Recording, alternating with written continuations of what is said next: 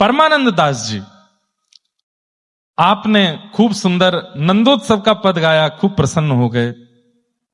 तब फिर गोसाई श्रीमद वल्लभाचार्य प्रभु से आपने प्रार्थना की, तो वल्लभाचार्य प्रभु ने कहा कुछ मांगो, हम तुमसे बहुत प्रसन्न है परमानंद दास, कुछ मांगो।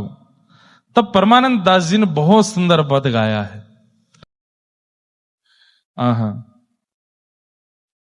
बहुत सुंदर पद है। परमानंद दास जी क्या मांग रहे हैं? नंदोत्सव की बधाई में मांग रहे हैं। 9 वस्तु मांगी हैं और 9 परिपूर्ण अंक होता है, 9 से बड़ा कोई अंक नहीं है। और इन 9 वस्तुओं में वो मांगा है श्री परमानंद दास जी ने जो एक प्रेमी भक्त की इतनी ही याचना है, इससे ज्यादा कुछ चाहिए भी नहीं उसको। यहां बैठे जितने भी प्रेमी भक्त बैठे, इससे ज्यादा कोई कामना होगी नहीं। पहला क्या मांगा? मानुष जन्म, मानव देह, क्योंकि नृदेह माध्यम सुलभम सुदुर्लभम प्लवम सुकल्पम गुरुकर्ण धारम मयानुकूलेन नभस्वते ऋतम पुमान भवाब्दिम नतरेत्स आत्मा। सब लोग इधर देखो, ध्यान से सुनो। श्रीमद् भागवत जी के 21 स्कंद में नवयोगेश्वर संवाद में कहते हैं, हमें मानव देह मिला है, हम मानव हैं। ये इस बात का प्रमाण है कि ठाकुर जी ने हमसे उम्मीद करके भेजा है कि तुम अपना उद्धार करके आओगे, अपना कल्याण करके आओगे, इसलिए भगवान ने हमको मानव देह दिया। देखिए, मानव देह बहुत मुश्किल से मिलता है बंधुओं, मिल गया है तो शुक्र मनाइए। और इसको प्राप्त करने का जो पूर्ण साफल्य है, भगवत प्राप्ति और अपना कल्याण, वो हमें करना है। तो श्री परमानंद दास जी ने इस पद में 9 वस्तु मांगी। पहला बात, मानुष जन्म, और मानुष जन्म के साथ क्या मांगा? और हरि सेवा। दूसरा, गिनती करते जाइएगा, मानुष जन्म और हरि सेवा। और तीसरा क्या मांगा? ब्रज वसिवो दीजो मोहे सुलभ, ब्रज का वास। चौथा क्या मांगा? श्री वल्लभ कुल को हूं चेरो। अब इसमें तो वैसे वल्लभ कुल यानी पुष्टि मार्गी है, क्योंकि परमानंद दास जी पुष्टि मार्गी हैं। वल्लभ कुल का मतलब है भगवान श्री वल्लभ हैं, और उनके जो भी कुल हैं, चाहे वो रामानंदी परंपरा हो, रामानुजी परंपरा हो, गौड़िया वैष्णव परंपरा हो, चाहे वो हमारी निम्बार्क परंपरा हो, हरिदासी परंपरा हो, हरिवंशी परंपरा हो, किसी भी परंपरा में मेरी दीक्षा हो, श्री वल्लभ कुल को हूं चेरो, वैष्णव जन को दास कहूं। कितने हो गए? 5। मानुष जन्म, हरि सेवा, व्रजवसिवो, वल्लभ कुल को चेरो, और वैष्णव जन को दास। भक्तों का, संतों का, वैष्णव जनों का मैं दास रहूं। यमुना जल नित्य प्रति नहाऊं। 6वां मांगा, यमुना जल मेरे को दर्शन और स्मरण और स्नान को प्राप्त हो। 7वां मांगा, मन क्रम वचन कृष्ण गुण गाऊं। मन से, वाणी से और अपने कर्मों से केवल कृष्ण का ही रहूं। और कितने हो गए? 7। 8वां क्या मांगा? श्रीमद् भागवत श्रवण सुनू नित, श्रीमद् भागवत नित्य श्रवण करूं। 8वां ये मांगा। और अंतिम क्या मांगा? परमानंद दास यह मागत नित निरखूं, कब हूं ना अघाऊं। मेरे नेत्र कभी अघाए ना नाथ, कभी भरे ना आपको देखते हुए। देखते रहें, देखते रहें, देखते रहें। नयन भर देखूं नंद कुमार। आपने जब ये मांगा कि हे ठाकुर जी मुझे ये दे दीजिए, तब वल्लभाचार्य महाप्रभु ने कहा, चलो परमानंद दास, अब तुम्हें व्रज ले चलते हैं। और श्री परमानंद दास जी अपने गुरुदेव वल्लभाचार्य जी के साथ व्रजमंडल जा रहे हैं। रास्ते में कन्नौज पड़ा, जो इनकी जन्मभूमि थी। कन्नौज के आते ही आपके मन में एक इच्छा प्रकट हो गई कि जन्मभूमि है, एक बार एक रात्रि का यदि अवसर मिले तो महाप्रभु जी यहां विराजे। और आपने मन में सोचा ही था, तो महाप्रभु जी ने कह दिया, अरे ये तो कन्नौज परमानंद दास की जन्मभूमि है। परमानंद दास जी बोले, जी गुरुदेव। बोले तो फिर आज रात यहीं रुकते हैं, चलो। और आप अपने घर गुरुदेव को ले गए और वहां खूब आपके परिवारीजन, इष्ट मित्रजन सब ने आकर के महाप्रभु जी का दर्शन किया। तत्पश्चात प्रसाद आदि पाने के बाद आपसे महाप्रभु जी ने कहा कुछ पद सुनाओ। तो पता नहीं कैसे श्री परमानंद दास जी के चित्त में विरह का पद आ गया और आपने श्री विरह का पद गाया। आपने जैसे ये पद गाया, इस पद को सुनते ही श्रीमद वल्लभाचार्य जी महाराज मूर्छित हो गए, ठाकुर जी के विरह में मूर्छित हो गए। नित्य ठाकुर जी का दर्शन करने वाले, नित्य ठाकुर जी को अपने सन्मुख देखने वाले आचार्य महाप्रभु श्रीमद वल्लभाचार्य मूर्छित हो गए। और कोई 1-2 मिनट, 10 मिनट, 15 मिनट, 1 घंटे के लिए नहीं, 3 दिन के लिए मूर्छित हो गए। 3 दिन के लिए मूर्छित हो गए। 3 दिन तक आपको होश नहीं आया। परमानंद दास जी तो बड़े व्याकुल हो गए, अरे मैंने ऐसा पद क्यों गाया, मेरे गुरुदेव ऐसे हो गए। तब 3 दिन बाद जब मूर्छा टूटी, उस दिन परमानंद दास जी ने संकल्प ले लिया, आज के बाद मैं विरह के पद नहीं गाऊंगा। और आपने अपने गुरुदेव को प्रसन्न करने के लिए, अब परमानंद दास जी के चरित्र में पद ज्यादा है, बहुत पद गाए हैं, आपने फिर एक पद गाया, विमल यश वृंदावन के चंद को, विमल यश वृंदावन के चंद को। परमानंद दास जी कह रहे हैं, बोले भगवान गोपियां उल्हाना लेकर के पहुंच जाती हैं और नित्य यशोदा मैया शिकायत करें, मैया तेरो लाला देख हमारे घर में जाए के बछड़ा बचियान ने खोल के भाज गए हो। वत्सान मुंचन क्वचित समय क्रोश संजात हास। कोई दूसरी गोपी आए के कहे, मैया देख अपने लाला समझा ले, जो चोरी करन लगो है, माखन खावे, दूध खावे, दही चुरा चुरा के खा जाए हमारे घर को। अरे मैया ने अपने घर को दूध दही बढ़िया सो निकारे करो, तुम्हारो लाला पराये घर में जाए करके चोरी करे।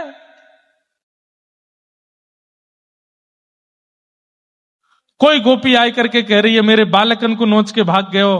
कोई गोपी आके कह रही है मेरे सत्यनारायण भगवान के सिंहासन पर पिल्लान ने बैठा के भाज गए हो। पिल्ला जाने, ग्राम सन्न के बालक। एक दिन यशोदा मैया बोली, लाला इन सब गोपीन को मोह बंद करनो मोए, इन सबन को बड़ा अवसर मिल गयो तेरे बारे में कहवे को।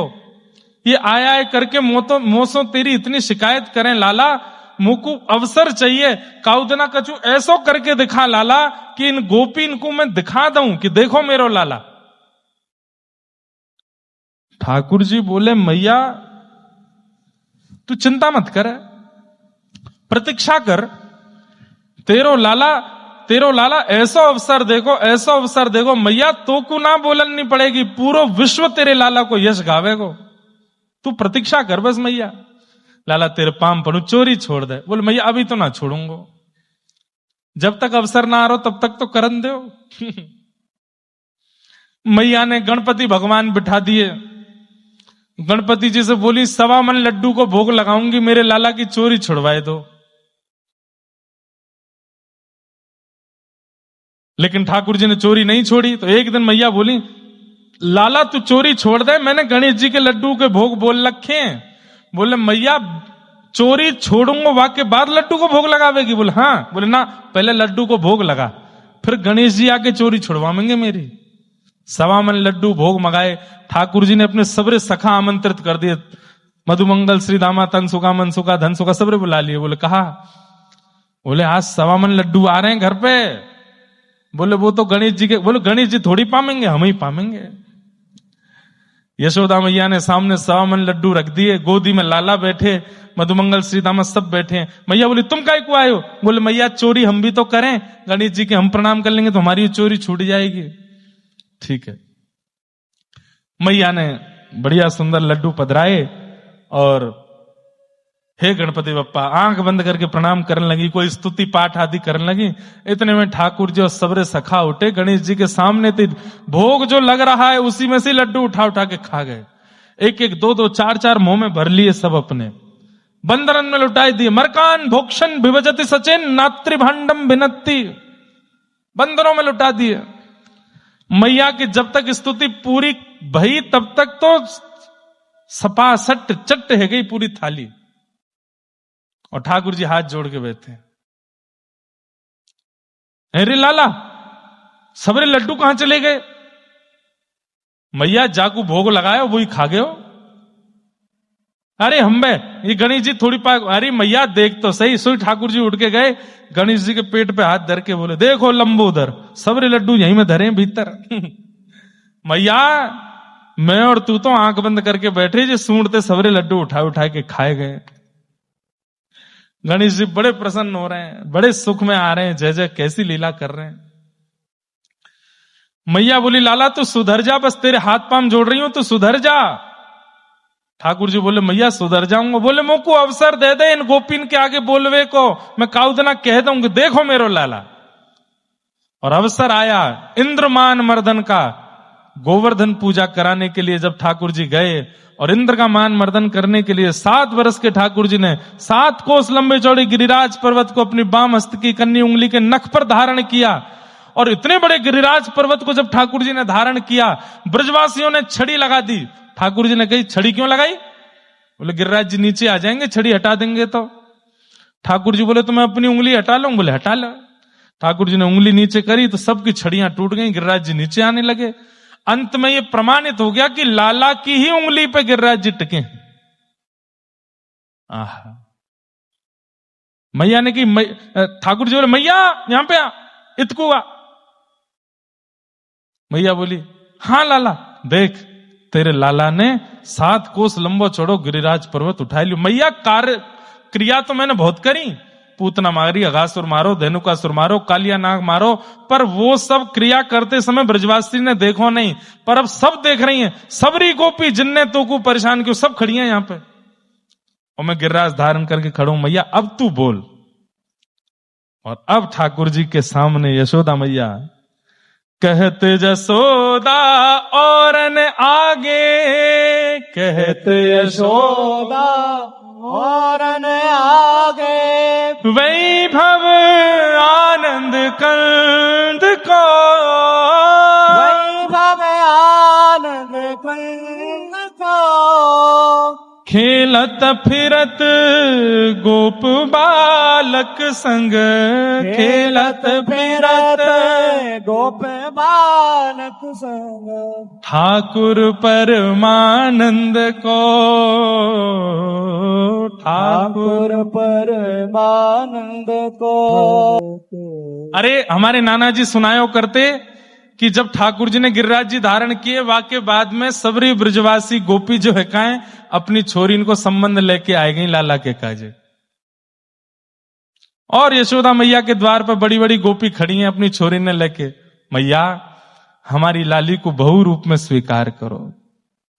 ऊपर अटारी पे ठाकुर जी खड़े हैं और खिड़की से, मैया या कीते ना करूंगो। बोले, क्यों? मैं कारी बहू कारो, अमावस्या में खो जाएंगे दोनों। मैया या किते ना करूंगा, क्यों? वो खुड्डी है, खुड्डी मतलब जिसके दांत नहीं होते। ठाकुर जी का महाराज ऐसा यश हो गया है, गिरिराज जी उठाने के बाद तो ठाकुर जी स्टार बन गए ना ब्रजमंडल में। मधुमंगल श्रीदामा तो पूरे दिन एक किताब लेके चलते हैं। बोले, क्यों? ठाकुर जी की पधरामनी होती है घर घर में, हमारे घर कब आएंगे प्रसाद पावे लाला। तो मधुमंगल श्रीदामा कहें, कहा बनाओगी पहले ये बताओ। तो गोपी बोले, हम मोहनथार बनाएंगी, मेवा बाटी बनाएंगी, काजू की कटली बनाएंगी, ये बनाएंगे वो बनाएंगे। ये तो वानू बनाई, कछु अलग बनाओ। बोले, कहा बनाए? आम के पकौड़ा बनाओ। आप लोग हंस रहे हो, आम के पकौड़ा बनते हैं। और जब आम मनोरथ होता है ना ठाकुर जी का, सब आम की सामग्री, आम की पूड़ी, आम की सब्जी, आम को अब कैसे बनते हैं तो ठाकुर जी जाने। एक बार एक मनोरथ में मैं भी सम्मिलित हुआ था, आम का मनोरथ, सब कुछ आम का, और ठाकुर जी पाते हैं। इस पद को सुनकर के श्रीमन महाप्रभु वल्लभाचार्य जी के मन में थोड़ी सी शांति हुई, आप हंसने लगे, खिलखिलाने लगे। तब आगे की यात्रा पर गए, वृंदावन पहुंचे। पहले गोकुल गए, श्री यमुना जी का दर्शन करके महाप्रभु जी ने यमुना जी का यश परमानंद जी से गाने को कहा। कलिंद कली कलमश हरनी। परमानंद दास जी ने श्री यमुना जी का सुंदर पद गाया और यमुना जी को प्रणाम करते ही परमानंद दास जी की दृष्टि ही बदल गई। वो जहां देख रहे हैं वहीं लगता है कि इस वृक्ष के पीछे श्याम सुंदर, उस पर्वत के पीछे श्याम सुंदर, इस गली में श्याम सुंदर। यमुना जी को प्रणाम करते परमानंद दास जी कह रहे हैं कि उनको जहां देख रहे हैं वहीं ठाकुर जी दिखने लगे। गोकुल की गली गली में ठाकुर जी का अनुभव होने लगा। आहा, आपने जाकर के नवनीत प्रियालाल जी का दर्शन किया, खूब सुंदर नवनीत प्रियालाल जी के दर्शन करके आपने वहां पर भी खूब सुंदर सुंदर भाव पद गाए। तत्पश्चात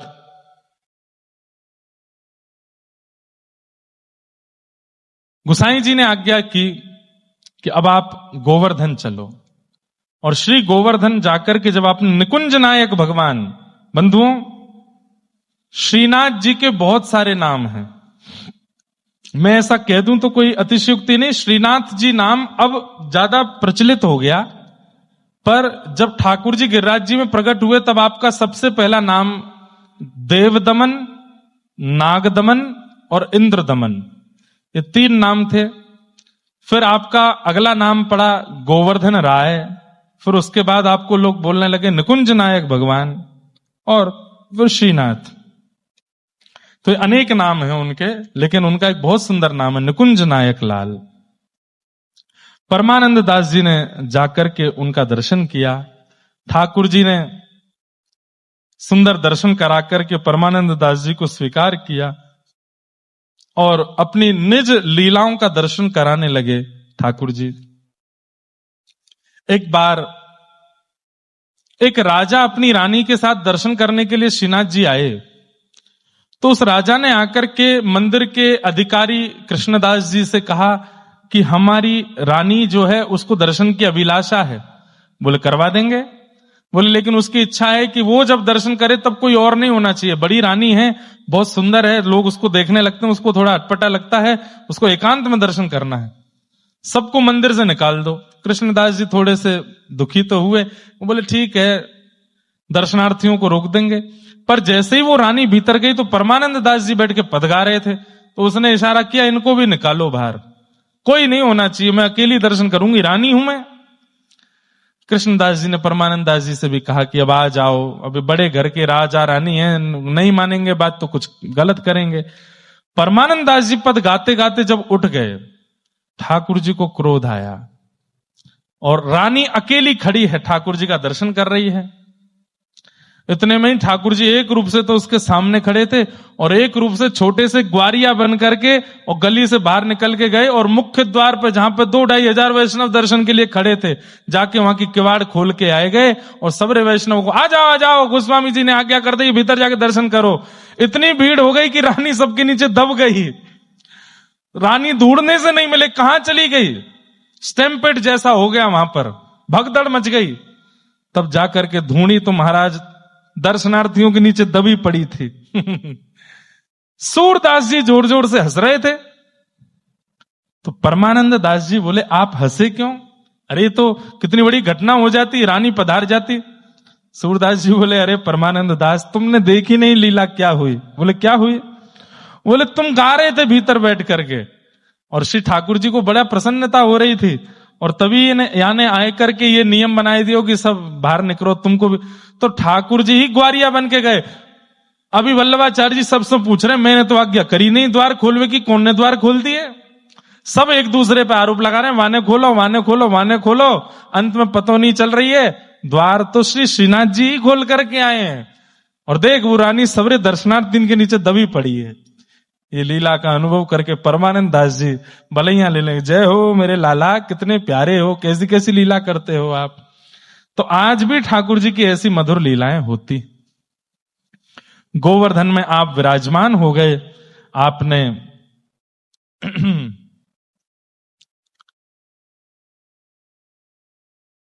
एक दिन सुरभि कुंड पर आप रहते थे, आज भी परमानंद दास जी की भजन कुटी सुरभि कुंड पर है। तो एक दिन सूरदास जी, कृष्णदास जी और कुंभनदास जी सब परमानंद दास जी से मिलने के लिए, नए नए आए थे ना गोवर्धन में, तो मिलने के लिए गए।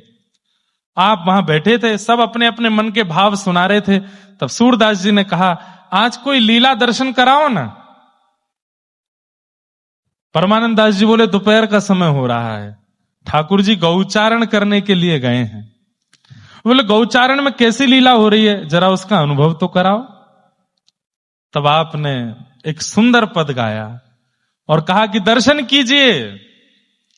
बोले, क्या दर्शन हो रहा है? मीठो मदन गोपाल आज दधी, मीठो मदन गोपाल मीठो मदन गोपाल आज दधी, मीठो मदन गोपाल आज दधी। ठाकुर जी अपने सब ग्वाल बालों के साथ में गैया चराने के लिए गए हैं और श्री परमानंद दास जी कह रहे हैं, एक बात ध्यान से सुनो, परमानंद दास जी के पद में एक विशेषता है। क्या? कहीं भी यदि मदन शब्द आवे, ध्यान से सुनिए, जीवन में कभी भी परमानंद दास जी के पद पढ़ोगे तो आपको ये सहायता रहेगी इस बात से। मदन शब्द यदि परमानंद दास जी ठाकुर जी के नाम के आगे प्रयोग कर रहे हैं तो इसका मतलब श्री जी साथ में खड़ी हैं, लेकिन श्री जी का प्रकट उजागर नहीं कर रहे हैं, इसलिए मदन बोल दिया है बस। मदन मतलब श्री जी हैं। सबरे ग्वाल बाल कह रहे हैं, लाला आज तो बहुत जोर को लग रहा है दही, बहुत ही बढ़िया लग रहा है। ऐसो दही हम कबहू न चाखो, ऐसा दही हम कबहू न चाख्यो, ऐसो दही हम कबहू न चाखो, ऐसा दही हम कबहू न चाख्यो। सुन गोकुल के नाथ आज दधे, सुन गोकुल के नाथ आज दधे, मीठो मदन गोपाल आज दधे, मीठो मदन गोपाल आज दधे, मीठो मदन गोपाल आज दधे, मीठो मदन गोपाल। इतना अच्छा दही क्यों लग रहा है? क्योंकि दही लाने से पहले ठाकुर जी निकुंज में गए थे और श्री प्रिया जी और ठाकुर जी दोनों का अधरामृत मिश्रित है। बड़ी कथा है, वो नहीं सुनाऊंगा अभी। दोनों के अधरामृत से युक्त है वो दही। सबरे ग्वाला नेक चके कहें, लाला ऐसो दही हम कबहू ना चाखो, इतना बढ़िया दही तो पहले कभी मिलो नहीं, ऐसो कहां या दही में। ठाकुर जी बोले, पूछवे में समय मत गवाओ, बस पाओ। सब ब्रजवासी गए और सुंदर सुंदर पत्रों के दोना बना बना करके लाए और खूब प्रेम से पाने लगे। लेकिन कई ब्रजवासियों को दोना नहीं मिले, दही पाने को नहीं मिला, तो ठाकुर जी ने क्या कहा, पूरे मटके में अपना हाथ घुमा करके और नीचे से ऊपर तक सारा दही सान करके और ऐसे हाथ करके ठाकुर जी बैठ गए। जो नहीं पायो सुनो मेरे भैया, जो नहीं पायो सुनो मेरे भैया, जो नहीं पायो सुनो मेरे भैया, जो नहीं पायो सुनो मेरे भैया, मेरी हथेली चाट आज दधी, मेरी हथेली चाट आज दधी। सूरदास जी बैठ करके सुन रहे हैं और अपना सिर पकड़ के कह रहे हैं, अरे ऐसे भाव तो कभी हमारे चित्त में भी नहीं आए। बोले, सबरे ग्वाला ठाकुर जी के हाथ को चाट रहे हैं, कोई अंगूठा चाट रहा है, कोई उंगली चाट रहा है, कोई पीछे से चाट रहा है, सब चाट रहे हैं और ठाकुर जी प्रेम से चटवा रहे हैं। आज दधी मीठो मदन गोपाल। आज दधी तो मदन गोपाल। ठाकुर जी की मधुर छाक लीला का पद गा करके आपने सबको आनंदित कर दिया। सूरदास तरीके सब कवि जन आपको वंदन करने लगे। जय हो परमानंद दास, तुम्हारी वाणी को बारंबार प्रणाम है। सूरदास जी ने आपसे एक दिन पूछा, आपने पूरी व्रजलीला का दर्शन किया, इस व्रज में सबसे उचित प्रेम आपको किसका लगता है? नंद बाबा का, यशोदा का, बलराम जी का, रोहिणी मैया का, ग्वाल बालों का, गैयाओं का, यमुना जी का, गोपियों का, संतों का, किसका प्रेम सर्वोत्तम है?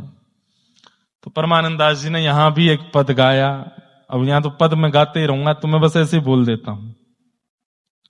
गोपी प्रेम की ध्वजा, ये पद गाया। जिन गोपाल कियो बस अपने उर्धरि श्याम भुजा, गोपी प्रेम की ध्वजा। सुरमुनि व्यास प्रशंसा कीनी, उद्धव संत सराही, भूरि भाग गोकुल की बनिता अति पुनीत जगमाही। कहा भयो जो विप्रकुल जन्मो, जो हरि सेवा नाही, सो ही पुनीत दास परमानंद, जो हरि सन्मुख जाहे। गोपियों का आपने यश गाया।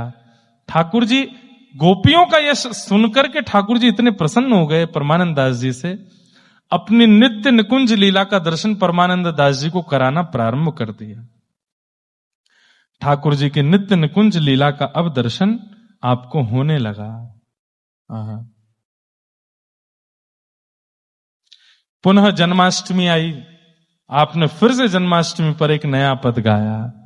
रानी तिहारो घर सुवस बसो, सुनो हूं जसुदा तिहारो ढोंटा, मतलब लाला को नाहत हूं जिनी वार खसो। रानी तिहारो घर सुवस बसो, को करत वेद मंगल ध्वनि, को गाओ को हसो। निरख निरख मुख कमल नयन को, आनंद प्रेम हियो हुलसो। देत आशीष सकल गोपीजन को, अब अति आनंद लसो। परमानंद नंद घर आनंद, पुत्र जन्म भयो जगत जसो। इस प्रकार आपने खूब सुंदर सुंदर और अन्य भावों को गा करके अपने सुंदर भाव प्रस्तुति की। श्रीमद वल्लभाचार्य जी महाप्रभु तो अपनी लीला प्रविष्ट हो गए थे, गुसाई विठलनाथ जी विराजमान थे। परमानंद दास जी अब बस प्रतीक्षा कर रहे थे कि अब ठाकुर जी मुझे बुला लें। और नवमी का दिन था, मध्याह्न का समय था। परमानंद दास प्रभु युगल चरणों का चिंतन कर रहे थे। श्री गुसाई जी ने आपसे जाकर के पूछा, क्या स्थिति है, क्या दिख रहा है?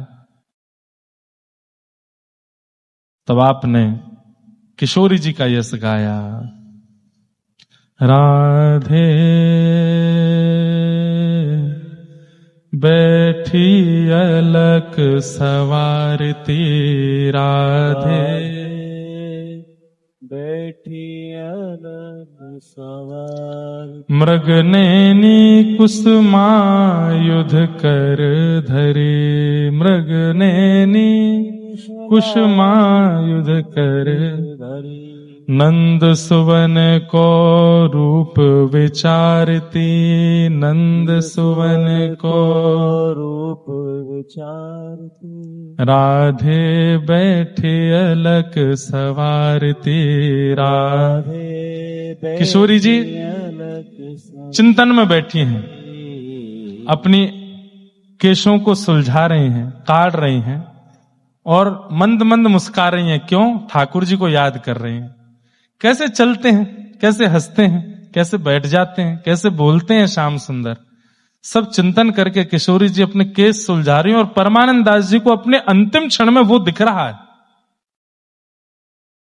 दर्पण हाथ श्रृंगार बनावते, दर्पण हाथ श्रृंगार बना। बासर जुग समटारती राधे, बासर जुग सम कारती राधे। अंतर पीत श्याम सुंदर सो, अंतर प्रीत श्याम सुंदर सो, हरि संग केलि संभारती राधे, हरि संग के सवारती राधे। बैठी अलक सवारती राधे, बैठी अलग बासर गत रजनी व्रज आवत, बासर रज हे बासर गत रजनी व्रज आवत, बासर गत रजनी दजया, मिलत गोवर्धन प्यारे, मिलत गोवर्धन प्यारी। परमानंद स्वामी के संग में, परमानंद स्वामी के संग में, मुदित भई व्रज नारी, मुदित भई ब्रज नारी। राधे बैठी अलक सवारती राधे। राधे बैठी अलग से। भाव है कि किशोरी जी बैठी हैं, अपने केस सुलझा रही हैं और ठाकुर जी का चिंतन कर रही हैं, दर्पण हाथ में लेके बैठी हैं, श्रृंगार करती हैं, लेकिन फिर रुक जाती हैं। क्यों? नंद नंदन को मिलना तो है नहीं, तो फिर मैं अपना रूप सजाऊं क्यों जब उनको मिलना ही नहीं है, और किसी को अपने रूप का आस्वादन कराना नहीं है। लेकिन तभी शाम घटा दिखने लगती है, काले काले बादल खिड़की से दिखते हैं और किशोरी जी को मानो संकेत मिलता है शाम घटा आ रही है, मतलब शाम सुंदर तो नहीं आ रहे। और तभी आप अपना श्रृंगार कर लेती हैं और उस शाम घटा से कहती हैं तेरे कारण श्रृंगार कियो है, अब शाम सुंदर सो मिला। तभी आप देखती हैं कि निकुंज वन के अंदर से मधुर मनोहर श्याम सुंदर निकले आ रहे हैं। किशोरी जी दौड़ के जाती हैं और श्री प्रिया प्रियतम दोनों का मिलन हो रहा है। परमानंद दास जी कह रहे हैं मैं वहीं बैठ करके दोनों युगल सरकार के मधुर मिलन का दर्शन कर रहा हूं। और ऐसा कहते हुए श्री परमानंद दास जी नित्य लीला में प्रविष्ट हो गए। अंतिम क्षण ऐसा नहीं बन पाएगा हमारा, बहुत चिंतन करना पड़ेगा, तब जाकर के ऐसी भावना बन सकती है। परमानंद दास जी युगल दर्शन करते हुए नित्य लीला में प्रविष्ट हो गए। ऐसे परमानंद दास जी को हम बारंबार प्रणाम करते हैं। बोलो भक्त वत्सल भगवान की, परमानंद दास की, अष्ट सखाओं की, श्रीमद वल्लभाचार्य महाप्रभु की, गोसाई जी श्री विठलनाथ की, श्रीनाथ प्यारे की, गिरिराज धरण की, गोवर्धन नाथ की, श्री नवनीत प्रियालाल की, श्याम सुंदर श्री यमुने महारानी की, पूछरी के लौठा की प्यारी। क्या बात है बंसी वारे श्याम। खूब आनंद के साथ श्री अष्ट सखाओं का चरित्र आज यहाँ विश्राम होता है।